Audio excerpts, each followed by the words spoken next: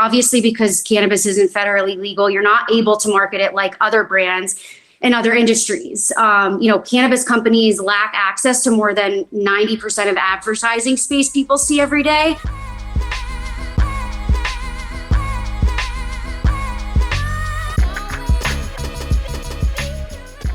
Is the grass always greener?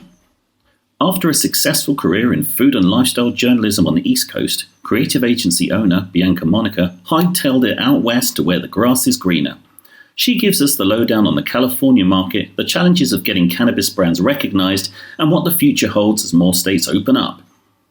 Thank you very much for joining me. Welcome, Bianca. Welcome to the show. Thanks. Tell me a little bit about yourself and what you're doing. We've spoken before, but fill everyone who doesn't know you in on what's happening in your world. Absolutely. So I am Biana Monica, and I'm the founder and CEO of Limone, and we're a consultancy and creative agency, and we've been in cannabis since 2017, helping organizations really just transcend the discourse in their fields through elevated branding, content, copy, experiences, and insights as well. We've been working with cannabis brands, like I mentioned, since 2017, and also, other emerging therapies and recreations, as well as companies in, fields that will really overlap and complement cannabis and psychedelics as well. Well, that's really cool. 2017 is only, 5 years ago, but I guess in sort of cannabis industry terms, that's kind of an eternity. And I know it feels like double the amount from being in cannabis. Does it feel like it as well? Does it really feel like it in terms of the obstacles or challenges? It really does. It definitely, especially being out in California. I came from, like I mentioned, just media in New York, and coming out to California and really understanding, how everything works out here in a cannabis company from top to bottom has been really, really interesting and also challenging as well. So it's definitely a crazy time in the industry, being 5 years into legalization. Absolutely. And it's cool. So like you say, you started out working in media in New York, and did you go to California specifically to start working in the cannabis sector when kind of recreational legalization happened, or what was the kind of path to working in? Yeah, absolutely. So before Limone, I was working at Urban Daddy, which is a lifestyle and media publication out in New York. And my partner and I were in charge of the New York edition of the publication. And we report and write on, new restaurants, new bars, lifestyle and retail openings in the city. And I was responsible for making sure there was a story every single day. So it was a really incredibly fast-paced environment. It's very similar to cannabis, always changing. You have to be able to pivot. You have to be nimble, always something happening. So it was pretty amazing to be able to, eat and drink my way around New York City in my 20s. And I couldn't have asked for a job better than that. Yeah, wow. Different restaurant every night, right? In New York, there must be, I can imagine. So again, it was kind of similar sort of fast, but you just saw opportunity in the cannabis sector, and it was kind of like, or did you write a story on the sector and thought, there's something in this? Or so I started off at Limone as a social media agency for hospitality clients, and then I started to expand to branding and take on wellness clients. And my partner Jeff, who's my partner in Limone as well, he stayed on at Urban Daddy as editorial and creative director, and started getting pitches from publicists in California for weed brands, and saw the potential there. So I had already begun kind of traveling to LA to get more into the lifestyle and wellness scene, and building my contacts in LA and client roster there. One of my trips, I began checking out, the first recreational dispensaries and the cannabis brand scene. And the rest is kind of history. I called Jeff up and I was like, we need to move to California now. I knew that the industry represented, a once in a lifetime opportunity in a lot of ways. And I was just a big believer in the overall, efficacy of cannabis, and obviously still am. And we were already thinking about moving to California, but not until, maybe 6 months to a year later. But our lease was up in New York, and I was like, the time is now. I had a great team in New York. And so, we ended up making the move. From there, my goal was to, work with all the best brands in California cannabis, on their events, on their content. And I did. So Absolutely, it's been a real interesting journey ever since. And so, I mean, how many brands are you working with now? I mean, can you name some of them or some of the companies that you're working with? I'm just interested to get because again, you talk about cannabis, it's not one sector. This is what it feels like. It feels like it's a kind of multitude of sectors sort of circling around the one thing. Do you kind of touch all different points of the spectrum, I guess, in that respect? Yeah, I mean, in a sense, for kind of like more of our services or what? Just the different types of companies, really. Are you kind of like CBD as well as? Absolutely. So we still work with a lot of, hospitality brands, hotels, and also as far as cannabis companies, we work from anything from, like an ancillary company to a THC edible company. We're actually branding one out in New York right now that's going to come to the market. And we've worked with brands, like Candescent, Henry's Original, Miss Grass, a bunch of other across California and also in Canada as well. That's kind of, that's cool. Do everything from plant touching to, brands.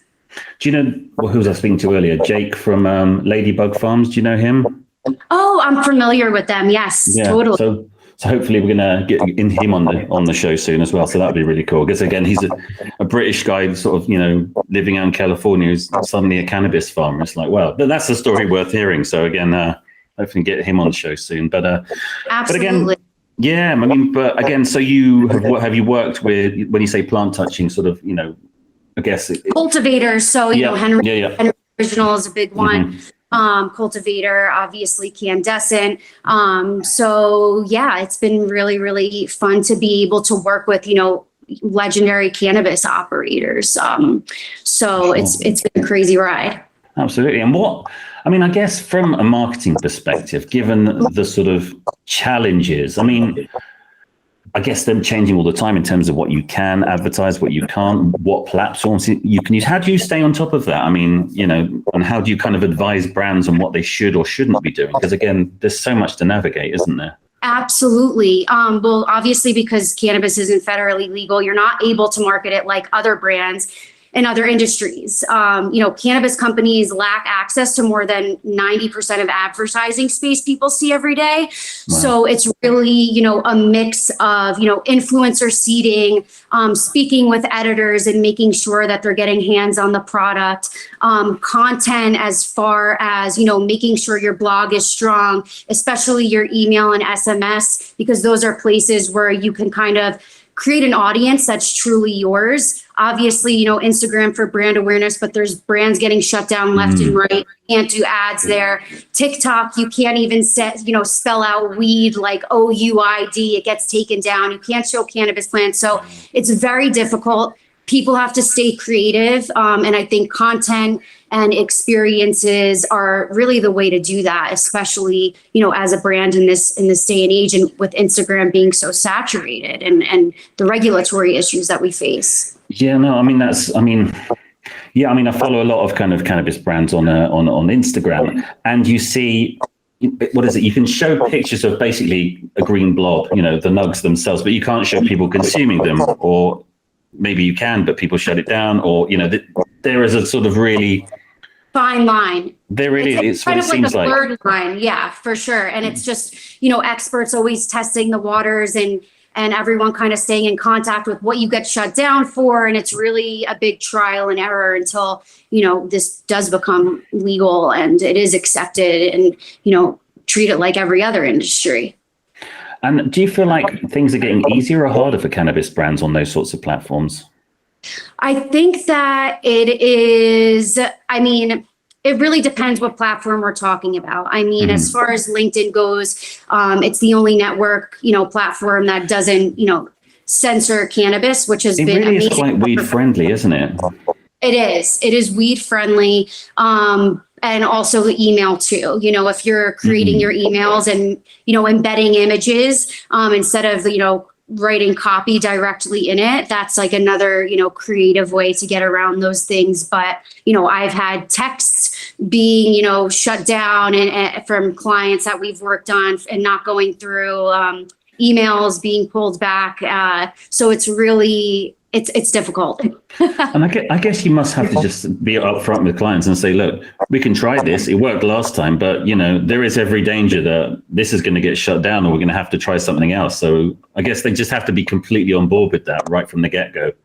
Absolutely. And I think, being in cannabis, there is kind of this, energy of being like, okay, we're in it together. Like, let's trial and error it.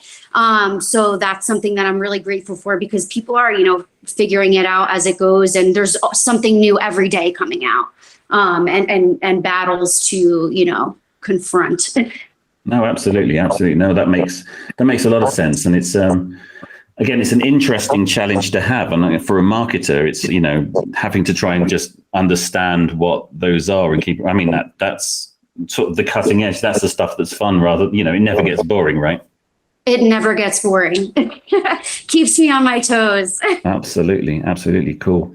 So, so you're in California right now, and we sort of talked when we spoke before a little bit about that as the kind of OG market. Obviously you've got Colorado and things like that, but it's probably, I don't know, arguably the most mature market certainly in the United States, isn't it? So, actually, from a couple of discussions I've had with people, they've talked about, it's got to a point now where lots of companies are trying to sort of set up their own cannabis brands, and, they're sort of not quite understanding what they're getting into.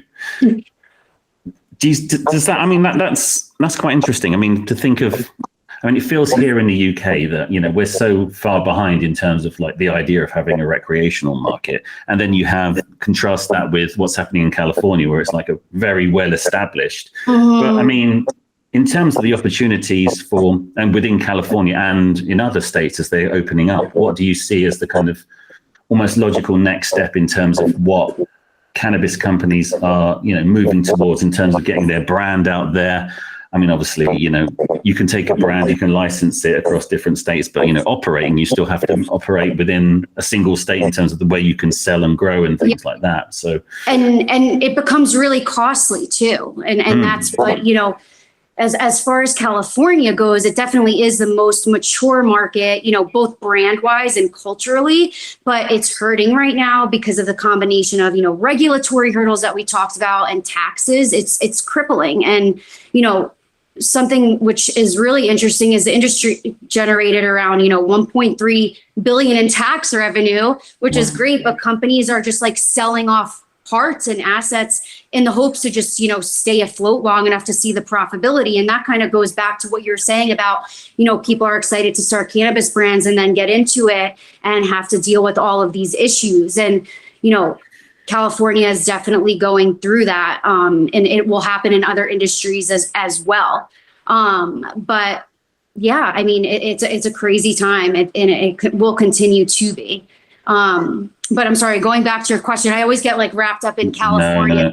No, but I think again, we look to California as like, this is kind of where it's all happening. And if you see what happens there, it's almost kind of like, well, we understand where we're going to be and the challenges we're going to face in other countries and perhaps, I guess in other states as well. So I guess having had the experience of working, being on the ground in California obviously paves the way for opportunity in other states for you as well, I guess. Absolutely. And, that's kind of our goal, being able to learn from California and what has gone on here, and being like you said, on the ground, and seeing what ticks and what makes brands work, and successful brands that have come out of the California market in terms of, branding and marketing, and being able to take, our experience working with them and consulting, brands and companies in other markets is definitely an exciting time.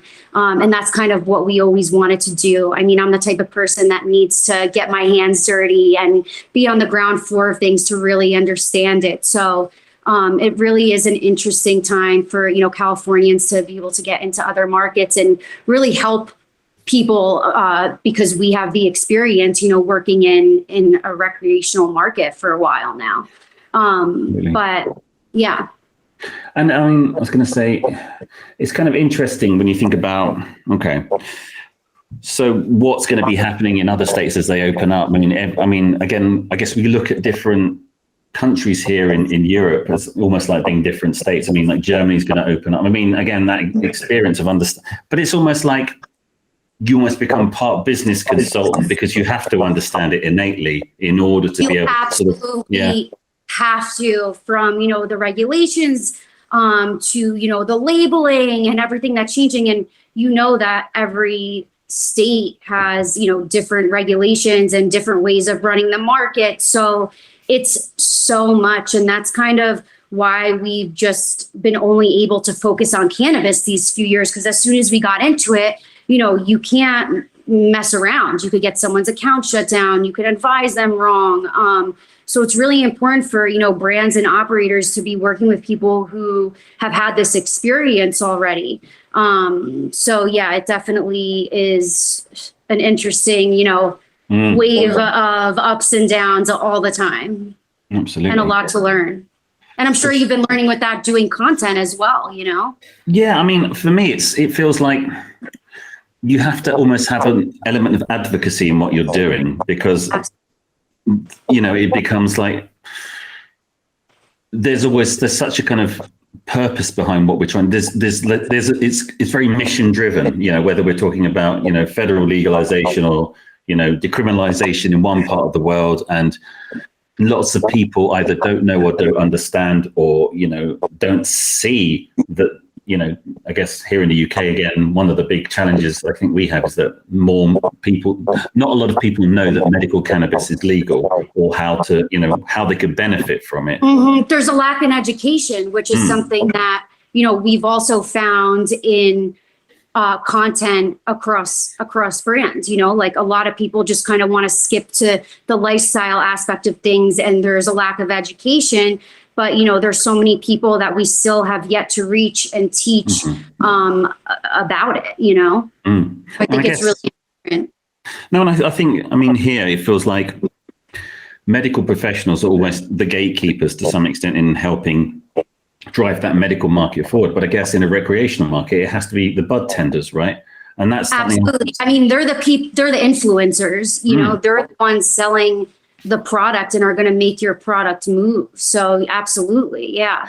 And do you think a lot of brands realize just how instrumental they are as a group? Bud tenders are in sort of pushing, their brand out there or, essentially being the kind of gatekeepers to like why your product's so great versus the other ones. And it's like how much marketing is geared towards them. And I suppose that's less of a kind of lifestyle play and more of a kind of almost like a B2B play, would you say? Yeah, well, it's also, a part of your community too, bud tenders should be a part of your community strategy and how you guys, are outreaching and building your brand community. And like I mentioned, bud tenders are definitely that. And I think that a lot of brands, in California definitely know how important, making sure your bud tender is taken care of, making sure they understand the product. A lot of companies do, bud tender training and incentives and things like that, which, we always recommend. It's so important because at the end of the day, like they're going to be the ones recommending your product and teaching consumers about your product. So from, the dispensary angle, education in that form is really important.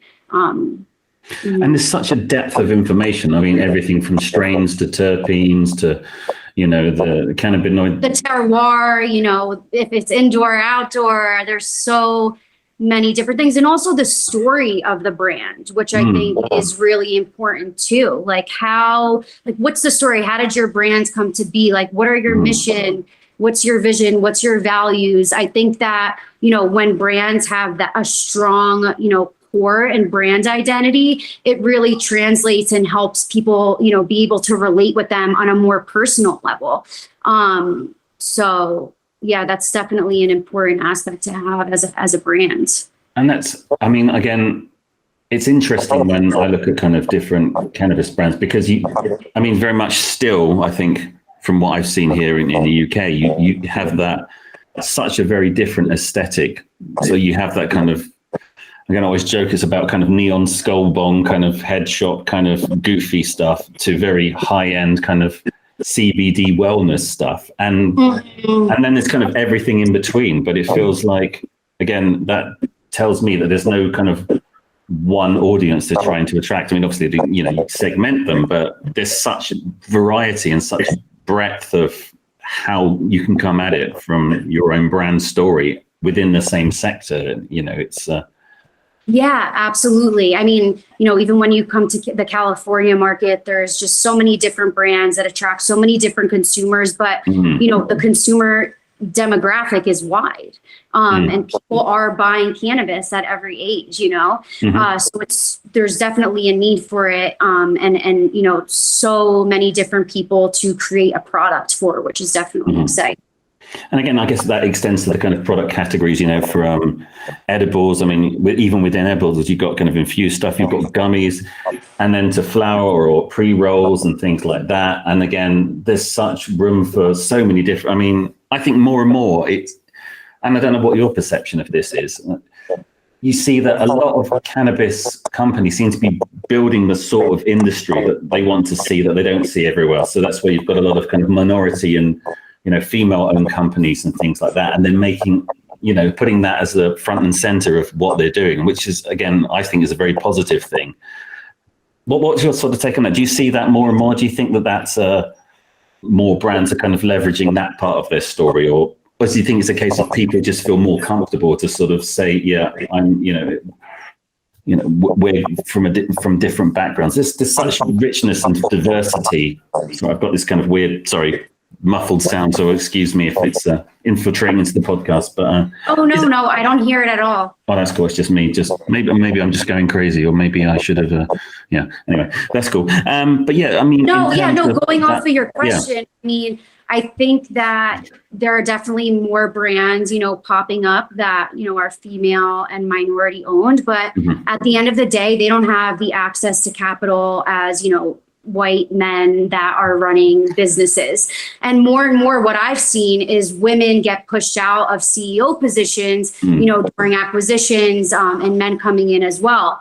And at the end of the day, you know, obviously we need each other to, you know, make this world go round. But I think there is definitely a lack of female and minority run businesses in cannabis, and there needs to be more of that. But they also need to be able to access the capital. And that's where the problem is, you know, it costs so much to run a cannabis company and to operate legally. So, you know, we're not given those opportunities first. But I think that, you know, there's a lot of people that are pushing it, you know, to move in a different direction. But, you know, it's not as diverse as it may seem. And that's kind of the truth. Well, that's really, really interesting, because again, from the outside looking in, you think, it's more diverse than most other sectors. And perhaps it is to an extent. But again, like you say, if it's I think people are more open about speaking about it and advocating for it, because, you know, cannabis was built on the backs of Black and brown people. And I think that if you're a cannabis brand, like, you are obligated to figure out your give back strategy, or, you know, why are you a cannabis brand? You need to give back. You can't just make money off of people who are still sitting in jail. So people are very vocal about it, which I like, but, you know, are you walking the walk too? That's a really interesting point. I think, I think I've heard that rationale that you said about, you know, people are making millions of this while other people are sitting in jail. So, you know, it has to be reciprocal. There has to be, I think I heard that when I went to the ICBC in Barcelona. I think it was, I can't remember who it was now. But anyway, it's a very interesting point. And I think perhaps here in Europe, we don't think of it necessarily in those terms, because it's not so polarized from a kind of, it doesn't feel as polarized as perhaps it is in the US, in terms of like there's a racial divide. There's, you know, if I'm not mistaken, there's something in there as well that says, you know, these people who have been convicted have to have, you know, a successful up and running business for X amount of years. And it's like, that's not always the reality either. So how is that going to work? So it's a slightly sort of backhanded compliment in a way, but, you know, we'll let that slide, but you still need to be successful. Okay. So that's, again, but the kind of reality behind the kind of PR spin, which is there's always something else to it, isn't there? But Definitely. But that's a really interesting point, actually. But again, I was thinking about this the other day. You know, I was reading about President Biden kind of given, was it a number of people sort of, quell their convictions. A very low number. Kind of like 75. And I thought, hang on, that doesn't sound like many. It sounds a bit tokenistic, but right. Progress in part, I guess. But again, it made me think. It's not, though, no. But it made me think, okay, if you're kind of pardoning people with kind of legacy conviction on violent offences or whatever, it just makes financial sense to do that because they're the people with the skills to be able to grow the plant, right? So it's almost like you give the impression of doing something altruistic, but really you're just trying to get people with the experience to, participate in an industry. And yeah, it's that kind of veneer of altruism rather than it being I'm putting you on the spot. What's your take on that? Because I think I think we're in the same opinion to some extent, but it's. Yeah, I mean, I don't know what the goal is there. I definitely think it's a step in the right direction. But like I kind of mentioned, like there needs to be more of that. I mean, so many people have been put in jail that I have met in cannabis, and are thankfully, able to thrive now and have been given opportunities, but it's just ridiculous. Like there's so many brands being made, there's MSOs, there's all of these people, getting paid salaries at high positions. And there are still people who have been caught with, a very small amount of cannabis, sitting in jail. So anything that we can do to kind of help, change that narrative and really advocate for these people, I think it's important that every cannabis brand has a part in that. Yeah, no, that's what I was going to ask you next. You obviously do think that brands have an opportunity to, change that conversation or be part of that. But do you think they have a role to kind of educate as well and provide that? Do you think that should come from brands rather than kind of organization, NGOs or whatever, or kind of advocacy? Or do you think there's a room for brands to be part of that and play that kind of advocacy role? Yes, absolutely. And I think one brand that does that really well is Can. It's a beverage out here in California. And they are very active, with social justice and advocacy.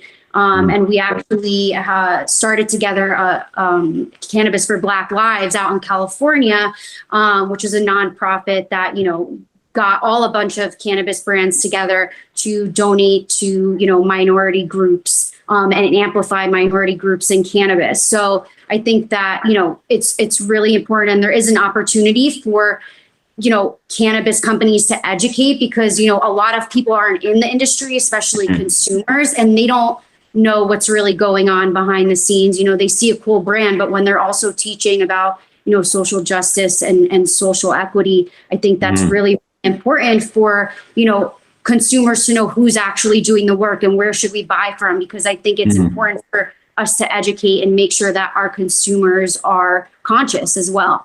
And I think in a market where you've got so many brands, that is the point of differentiation. I think a lot of the time people care more about, the supply chain or, how they're treating. I mean, it's not just cannabis, it's many different sectors now, that idea of, what is it? It's that Dutch chocolate brand. Is it Tony's Chocolonely? I don't know if you've heard of them, but again, basically it starts from a Dutch journalist decided, did an investigation and he wanted to find slave trade free chocolate. And he couldn't find it. He, went to all the major companies, and somewhere in their supply chain there was, someone being, exploited or people. And so basically, he decided to start his own chocolate brand on the back of that. So it's quite an interesting story. But in a similar way, it's like when people, and again, that commands a high price point, and you think, and it is a kind of luxury, high end sort of, consumer product or premium, whatever you might call it. But again, because you see that there's something altruistic behind that, and it's not just kind of greenwashing or whatever you want to call it. There's like actually we're giving people decent wages to actually be able to produce quality products, and you think, well, that's part of that story, and it made that story sort of front and center of the brand itself, and I just thought that's a kind of interesting approach, and I think that's what more and more discerning consumers want to see, isn't it? and for brands. Yeah, I mean, brands want to Yeah. know where they're putting their money. And Yeah. I think, sustainability is also another aspect of, and transparency of being a brand. So I think that's, not only just cannabis brands, but brands in general, like consumers, especially, millennials and younger demographics, like they want to understand like where they're putting their money, and they're more conscious about it now. So especially as a cannabis brand, like absolutely, it's so important. And I think, people will find out who are the people who are not, true to what they say. People have a way of figuring that out and calling people out. And I think in the cannabis industry, no one's really afraid of doing that, especially here.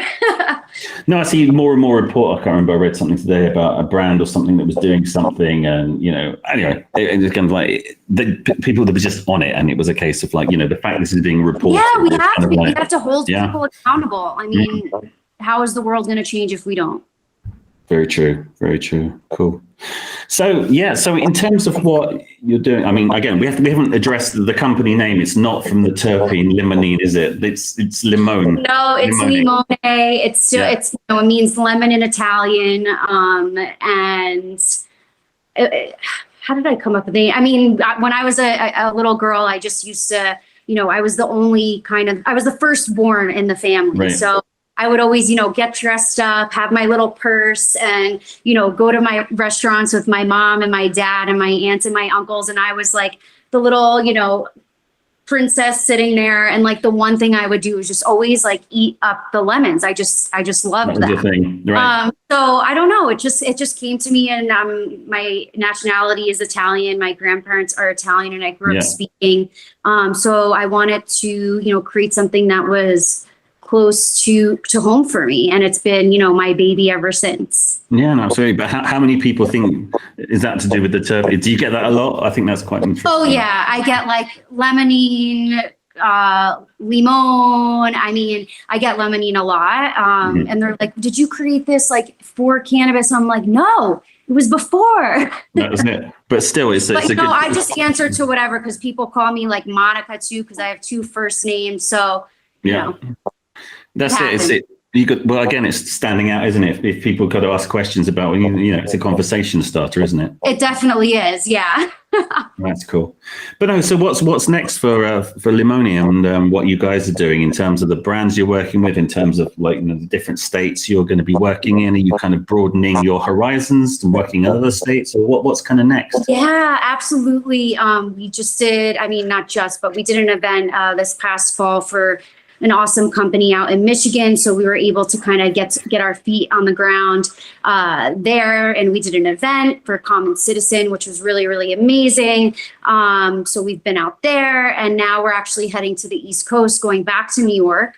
And we've also expanded, working with other emerging therapies and recreations, like, functional mushroom companies, anyone really, positioning themselves for psilocybin legalization, ketamine clinics, apps. Any company that's really just working to bettering consumers' well-being is a company that we want to work with. So I think cannabis was definitely the start of that for us, and we're really excited to head to New York and the East Coast as cannabis comes online. A lot of my friends who are a part of amazing companies have already made the move. So excited to see what's really going on there, and just get my hands in it. So that's kind of our next step. So we'll see what happens. So it's kind of chasing the dream, isn't it? In a way, it's and again, as opportunities present themselves, and you've got that great experience having been in California, as New York, New Jersey open up, and that just gives you that opportunity to say, well, we've been doing this for 5 years already out here, so how do we help? It's like, well, yeah, definitely. Right. It's gotta chase it. I mean, that's kind of what we've been doing. As an entrepreneur, it's kind of what I've always been doing ever since I started Limone. And, it's really scary and crazy because, the market is so up and down in cannabis, especially, and everything changes so quickly. But I think that, the people who stay in it, whether it's, a cannabis brand or an agency or ancillary brand, I think those are the people who are going to flourish. And it's really exciting to see and see, cannabis helping people. Yeah. So I'm excited to be a part of that. And I guess with other, again, you talked about, I could never say that right. Psilocybin. Yes. I'm going to get that right. But no, I keep, again, reading more and more about companies that are, trying those as different therapies for, again, such a stigma to kind of help people overcome and help to kind of cement as, actual kind of, medications and not just drugs in the kind of, street drug sense, but actual kind of like pharmaceuticals and thinking about I think more and more people are just, starting to just try and seek other methods to make them, feel better and help with their mental wellness. I think, like I said, like cannabis was kind of like the way into that. And I think it's, we've also seen it with kind of, non-alcoholic beverages and things like that. And kind of, I think people are just trying to find ways to, like I said, feel better without, giving into big pharma and, taking a pill every single day. That's it. Because again, I think that, perhaps in North America, perhaps in the US, it's so much more commercially driven or visibly commercial. And not that it isn't here in Europe, but it certainly, having been to the US a few times, you get that impression. You see ads on the TV for certain medications and things. And, it's almost as if like, you're inventing a condition just to be able to sell the drug. And which is, I wouldn't like to sort of, I'm just throwing that out there as kind of wild conjecture, but, sometimes you see stuff like that and you think, is that a thing? Or is that just him trying to sell something? And it's like, I think I can understand in those sort of environments where people get quite skeptical. And I think we have it here. People just want to take more control of their mental health. Well-being in mind. Yeah, absolutely. Yeah, I know. It's really crazy. And I think it's just an exciting time and a step in the right direction of being able to help people in a different way. Absolutely. Well, that's really cool. So, thank you very much for joining me. Just final thought. I have to ask this in terms of, when's it going to be federal legalization in the US? What's your guess? Is it going to happen this year, next year, 5 years? Finger in the air? I don't know. I mean, the lack of it is really stalling the progress of the cannabis industry and really what it could be. New states will keep coming online and popping up and new markets obviously will develop, but, obviously without the access to banking, standard tax deductions, advertising channels or interstate commerce, like it's just a crazy environment. I don't think that it's going to be, federal legalization will happen in this administration. And if it does happen, under a Republican administration, I don't think it's going to happen with any of the social justice measures we consider, morally mandatory to legalization. So I don't know when it will happen, but that's kind of my outlook for, the future. Yeah. No, I think. What about you? What are you thinking? Well, again, you see so much progress and you see how things take so long and then all of a sudden they just happen. And it's, I can only speak to what I understand about here in Europe. Seeing so many more countries come online, thinking about Germany, and you seem to have varying degrees of decriminalization here rather than flat out legalization from a recreational perspective. So if I was to kind of apply that to the UK, it still feels, 8 to 10 years off for, having a recreational market. But I think, again, the foundation of having a solid, medical market will start to pave the way forward for that. And I think, but again, we're talking about very different cultures within Europe. It's, and it's similarly in the US. The East Coast and the West Coast are very different to the rest of the US. It's a very different, we're talking it's a different lifestyle. It's a different culture, different mentality. It really is. Absolutely.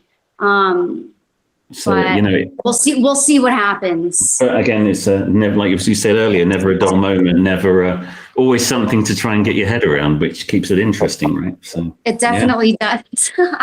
Absolutely. Well, thanks for joining me and good luck with it all. And we'll definitely have to speak again. And when you're up and running on the East Coast, it'd be cool to catch up and hear your story. Absolutely. I would love to keep you posted on all the things that are happening out there.